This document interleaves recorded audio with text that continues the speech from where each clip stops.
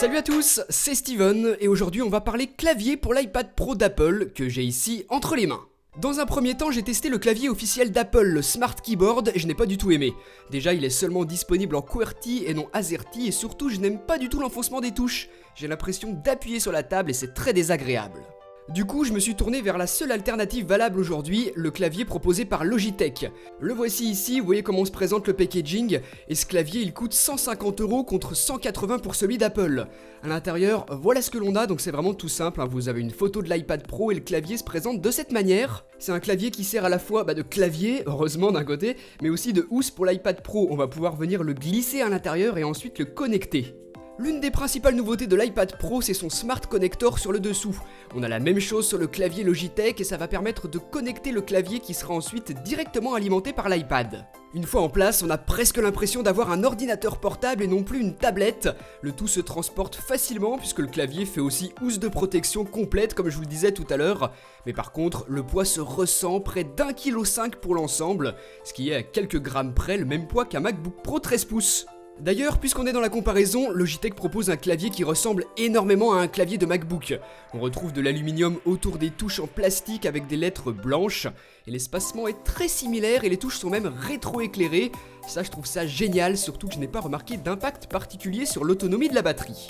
On a donc un clavier super simple à prendre en main, et encore plus si on a l'habitude d'un Mac. Et contrairement au clavier officiel d'Apple, on a ici une rangée de touches supplémentaires avec des raccourcis très utiles. Au lieu d'utiliser le centre de contrôle d'iOS, pas franchement pratique, et bien avec les touches dédiées, plus besoin de lâcher le clavier pour par exemple modifier la luminosité, l'augmenter ou la diminuer. Et même chose pour le volume, on a deux touches pour l'augmentation et la diminution. Encore une fois, si on a l'habitude d'utiliser un Mac, on a les réflexes qui viennent très vite. Dans une application, par exemple, on a une touche pour la quitter rapidement pour revenir à l'écran d'accueil, ou encore une autre pour verrouiller et déverrouiller son iPad. C'est un vrai gain de temps et c'est super pratique.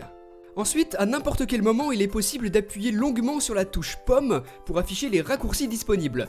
Très souvent, encore une fois, ce sont les mêmes que sur un Mac, et c'est pratique pour accéder au Spotlight rapidement par exemple. Ensuite, suivant l'application dans laquelle vous vous trouvez, ces petites combinaisons de touches, ces raccourcis clavier ne seront pas forcément les mêmes. Regardez ici dans Safari, voilà ce qui m'est proposé. Je peux par exemple très rapidement rafraîchir ma page ou alors avec la combinaison commande L entrer une nouvelle adresse dans la barre de recherche et ensuite continuer rapidement ma navigation sur internet. Ensuite, comme sur un ordinateur, vous avez la combinaison de touches commande tabulation qui vous permet d'afficher votre multitâche. Voilà comment ça se présente sur l'iPad Pro dans ce petit menu ici. Vous avez toutes mes applications qui tournent en tâche de fond et je peux facilement en ouvrir une. Et ensuite, par exemple ici dans les notes, commande N m'ouvre une nouvelle note. Et si maintenant je reste appuyé sur la touche commande, on m'affiche toutes les possibilités de raccourcis. Et encore une fois, si vous avez l'habitude de les utiliser sur un ordinateur, vous vous y retrouverez très vite. Là par exemple, une fois que j'ai terminé de taper ma phrase, je peux rapidement tout sélectionner, surligner, mettre en gras et ensuite passer à la suite. C'est vraiment génial. Le seul souci avec ce genre de clavier, c'est qu'il ajoute un encombrement non négligeable à l'iPad Pro. Difficilement retirable une fois en place, il faudra transporter une tablette qui fait le poids d'un ordinateur, pas idéal si vous bougez beaucoup. Hormis ce point négatif, c'est un vrai plaisir d'écrire sur ce clavier, il a été très bien pensé à ce niveau, le rétroéclairage, les touches dédiées au réglage et les différents raccourcis en font un très bon accessoire, qui donne déjà un petit peu plus de sens à cet iPad qui a du mal à mériter son nom de pro, comme on verra ça dans quelques semaines dans le test complet que je vous proposerai.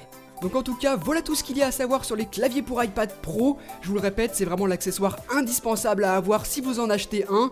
Ils sont loin d'être parfaits, mais ils amélioreront largement votre productivité avec cet iPad. Donc voilà, je vous laisse me dire ce que vous en avez pensé dans les commentaires de la vidéo, et nous on se retrouve très bientôt pour une prochaine. Salut!